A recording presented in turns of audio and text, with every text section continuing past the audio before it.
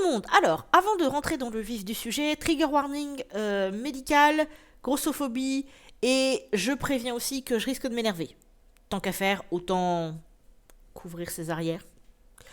Alors, on va commencer par la santé, et sachez que de toute façon, tout est lié, donc je vais aller d'un truc à l'autre, mais bon, je pense que vous êtes habitués à ce stade. Alors, on m'a diagnostiqué un diabète de type 2 il y a de cela quelques jours maintenant. J'ai passé une semaine à l'hôpital parce que mes taux étaient tellement élevés que j'ai un peu fait peur aux médecins. J'étais sévèrement déshydratée, j'avais des carences en... C'était quoi déjà le truc? Potassium. Donc, en gros, j'étais au choix au bord du coma ou au bord de la crise cardiaque. Enfin bref, c'était assez intense. J'ai été sous insuline, ils ont cherché plusieurs traitements, et puis ils ont vu que ça répondait plutôt bien, et ils se sont dit qu'on allait me mettre sous traitement médicamenteux, et ça passe, donc, yay! Et là, vous allez me dire, quel est le rapport avec le reste? Eh bien, justement, pendant mon séjour, au départ, j'ai voulu vous faire une vidéo pour vous parler de ça et vous dire, oui, ne faites pas comme moi, il faut faire attention à votre santé, etc., machin. Je l'ai fait une fois, je l'ai fait une deuxième fois, et j'ai eu un bug, ce qui fait que j'ai pas pu publier les vidéos.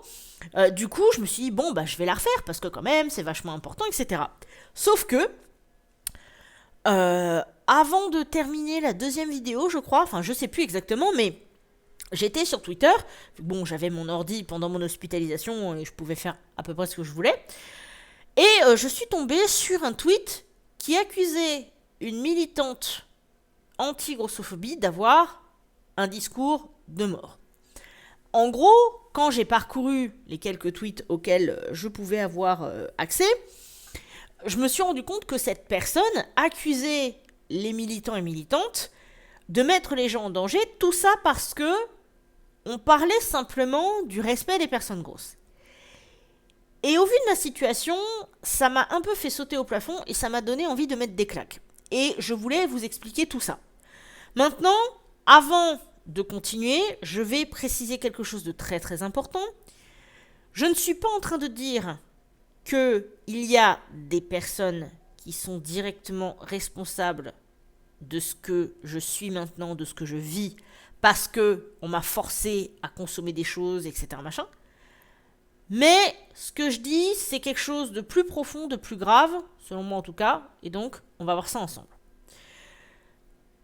Pendant plus de 20 ans, parce que vous le savez maintenant, ça fait plus de 20 ans que je suis grosse, etc., j'ai entendu énormément de choses à mon sujet. Et je ne suis pas la seule personne grosse à avoir entendu des choses. Bon, j'ai eu de la chance parce que la grossophobie médicale, je l'ai assez peu vécue. Il y a eu des petits trucs au fil des années, mais pas tant que ça. Pas aussi intense que certaines personnes, en tout cas. La grossophobie professionnelle, oui, j'en ai vécu.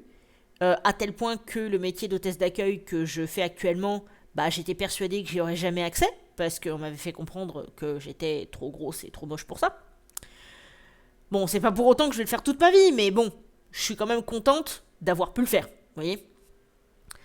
Et puis, il y a la fameuse grossophobie sociale. Alors j'aime bien, j'ai des méthodes de classification un peu bizarres parfois, mais bon, on fait comme on peut, hein. Alors oui, ceci est le bracelet d'hôpital, hein. Je suis rentrée chez moi mercredi, mais je me suis dit que j'allais reprendre le boulot avec. Et comme je reprends demain, voilà. Et donc, la grossophobie sociale, bah, vous savez, hein, c'est quand les gens te disent que oh, tu serais tellement plus jolie si tu étais plus mince. Y a les gens qui vont essayer de te faire croire que c'est pour ta santé, mais en fait, bon, au tout début, tu te prends un peu au jeu et tu discutes avec les gens, tu essayes de justifier des choses, etc. Et tu finis par te rendre compte assez rapidement que, comme par hasard, dans les mêmes circonstances, toi, on va te faire des remarques et d'autres personnes, non. Si toi, tu manges certaines choses, on va te faire des remarques. Si une personne mince en mange, on lui dira rien. Et finalement, avec le recul des années, avec l'expérience, bah, tu vois les choses pour ce qu'elles sont, à savoir de la grossophobie avérée. Par exemple, si vous prenez les réseaux sociaux, si vous voyez des photos d'une personne grosse en train de manger de la nourriture fast-food, les gens vont se déchaîner sur la personne et vont l'insulter autant que possible parce que, oulala, c'est pas bien. Par contre, vous prenez la même nourriture, vous mettez une personne mince, ou par exemple, comme j'ai déjà vu récemment, une jeune femme en bikini, et là, les gens vont dire « Goals, ouais, j'aimerais trop pouvoir faire pareil !» Ah, d'accord. Le double standard.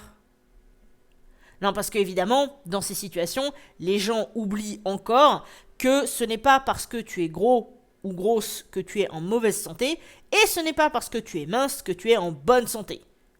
Parce que la santé, bah justement, tout est relatif. Et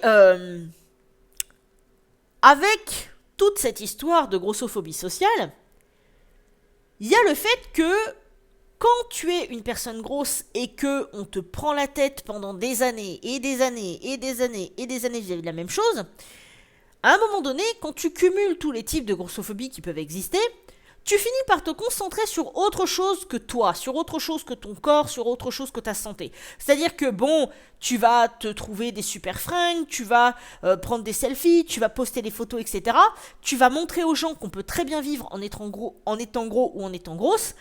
Et justement, le focus va être là-dessus. Tu vas pas forcément aller chez le médecin dès qu'il se passe quelque chose, parce que même si, comme moi, tu n'as pas vécu énormément de grossophobie médicale, quand tu dois changer de ville ou des trucs comme ça, et que tu dois donc trouver des nouveaux médecins, il y a toujours quand même cette petite interrogation en te demandant « Est-ce que je vais avoir la remarque ? Comment est-ce que les choses vont se passer ?» Donc tu es déjà sur la défensive, avant même d'avoir pu rentrer dans le cabinet, parce que tu as peur, tu te poses des questions, etc.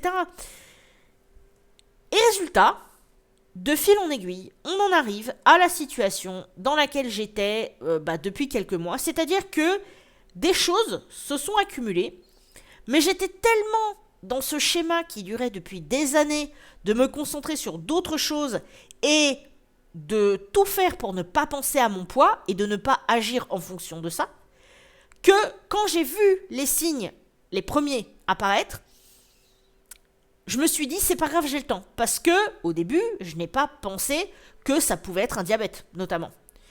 Et puis, il y a quelques jours de ça, quand j'ai fait la liste des choses qui n'allaient pas très très bien, j'ai joué à Dr Google. Parce que je me suis dit, ouais, mais en fait, mes deux parents ont le diabète, donc on va voir. Et là, effectivement, je me suis rendu compte que tout correspondait. Le pire des symptômes, c'était celui de la boisson. Justement, le fait que j'étais sévèrement déshydratée. Ça m'a coûté d'ailleurs beaucoup d'argent, parce que j'achetais des bouteilles de 1,5 litre de boisson qui étaient légèrement sucré. Bon, quand je me suis rendu compte que je buvais comme pas possible, si vous voulez, j'ai beaucoup diminué les sodas. Parce que là, je pense que j'aurais tout fait péter si j'avais bu 5 litres de soda par jour. J'ose même pas imaginer.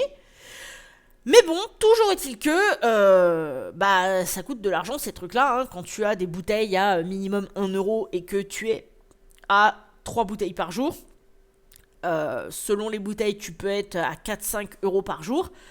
Imaginez un petit peu, je suis pas riche, j'ai réussi à m'en sortir parce que heureusement, j'ai eu un petit contrat freelance qui m'a permis de financer, disons ça, mais ça a été un petit peu flippant, disons. Et là, vous allez me dire, oui, mais en fait, j'ai toujours pas compris. Bah écoutez, on va s'y remettre. Je vous ai parlé de tweets que j'ai vus qui accusaient les personnes anti-grossophobie d'un discours de mort. Alors, pour avoir été pas loin, c'est-à-dire que j'ai frôlé soit le coma, soit la crise cardiaque, vu les carences et vu l'état dans lequel j'étais. Enfin, moi, physiquement, je me sentais très bien, Enfin, globalement, si vous voulez.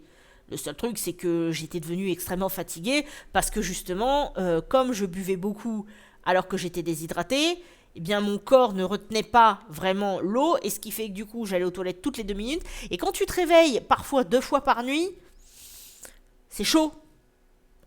D'ailleurs, depuis que j'ai été sous traitement, je fais des nuits complètes, et ça soulage.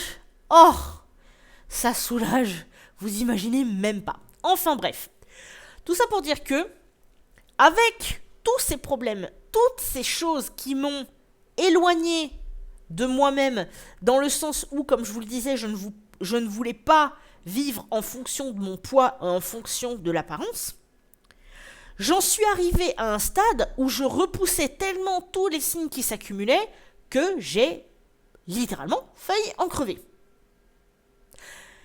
Et tous les jours, on a des personnes comme moi qui expliquent que ce n'est pas en faisant culpabiliser les personnes qu'on va les aider.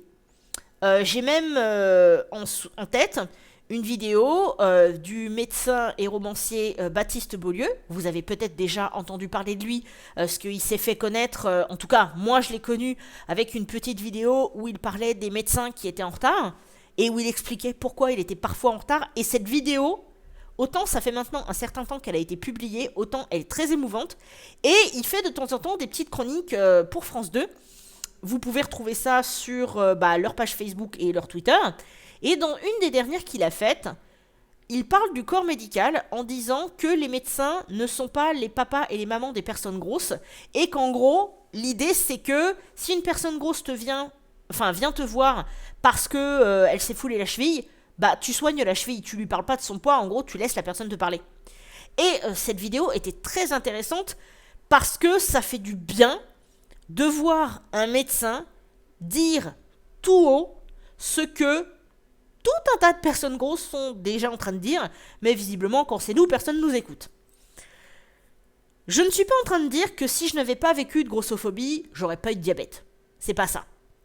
Ce que je suis en train de dire, c'est que à force de jouer les pseudos concernés, dans le sens « Oh, je me sens concerné par ta santé, je veux t'aider, etc. » machin.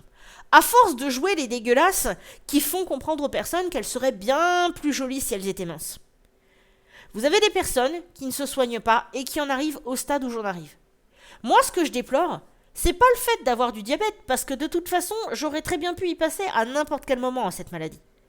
Ce que je déplore, c'est plus le fait que, avec toutes ces merdes que je me suis traînée depuis des années, avec toutes les casseroles que j'ai dans le dos vis-à-vis du poids, si j'avais fait plus attention plus tôt, si on m'avait foutu la paix plus tôt, j'aurais pu me soigner en toute décontraction, j'aurais pu faire les bonnes choses au bon moment et j'aurais pas attendu d'être au bord du coma ou de la crise cardiaque pour prendre les mesures nécessaires.